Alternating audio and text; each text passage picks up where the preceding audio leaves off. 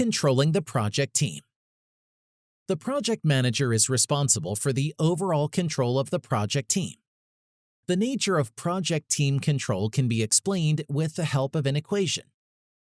The trust control dilemma is a constant term y, which is equal to the sum of trust, T, and control, C.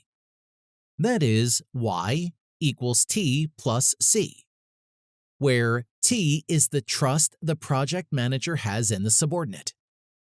C is the degree of control exercised by the project manager over the subordinate. Y is a constant, unchanging value. Because y is a constant value, any increase in C leads to an equal decrease in T. This means if the project manager increases control, C, the subordinates will immediately recognize that he is being trusted less. That is, the T has been reduced. On the other hand, if the project manager wishes to show more trust in the subordinate, he will reduce control by delegating more authority to the team members.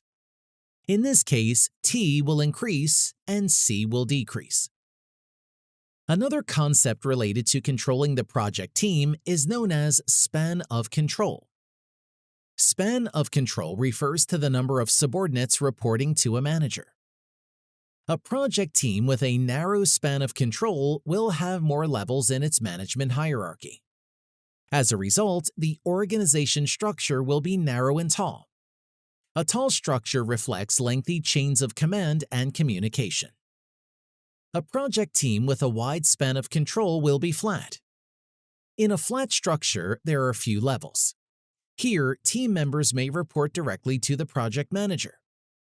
A flat structure generally means greater autonomy and authority for the team members.